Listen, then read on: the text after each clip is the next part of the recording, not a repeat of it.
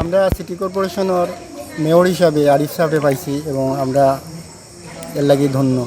এবং আরিফ সাহেব সিলেট উন্নয়নের লাগি অনেক কিছু করা এবং বিশেষ করে জিন্দাবাজার আমরা যেহেতু ব্যবসা করি এবং জিন্দাবাজারের রাস্তাঘাট বড় এবং তারগুলা বিভিন্ন জঞ্জাল যে তারগুলা এটা সরানিয়র এবং রাস্তাঘাটের যে উন্নয়নটা আমরা চোখে দেখলাম এবং আমার পাড়াতেও রাস্তার যে উন্নয়নটা এবং এটা আমি ব্যক্তিগতভাবে তাদের ধন্যবাদ জানাই তার বিশেষ উদ্যোগে এবং সিলেটবাসীর পক্ষ থেকে তাদের ধন্যবাদ জানাই। এবং বিশেষ করে এখন যে রাস্তার যে 2 লেনের যে রাস্তাটা এবং মাঝখানের যে লেনও যে গাছ লাগাইয়া যে তাই এটা সৌন্দর্য বর্ধিত করছে, এটা আসলে সিলেটবাসীর লাগে গর্বর বিষয় এবং খুব সুন্দর এটা জিনিস।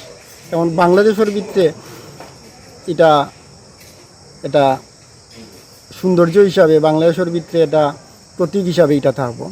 এর লাগে তাদের আমি ধন্যবাদ জানাই এবং সরকারের অর্থায়নে যেহেতু সরকারেও ধন্যবাদ জানাই।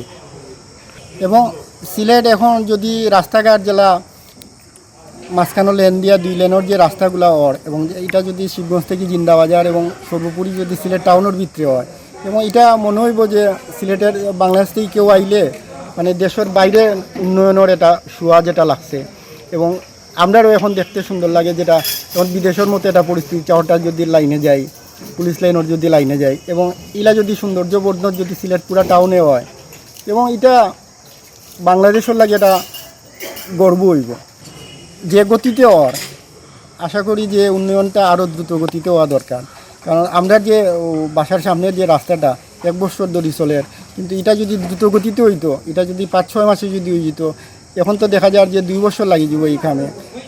এবং উন্নয়নমূলক কামগুলা দ্রুতগতি আমরা দরকার, দ্রুতগতি হইলে আমরা ভোগান্তিটাও কমব এবং সবর উপকার হইব।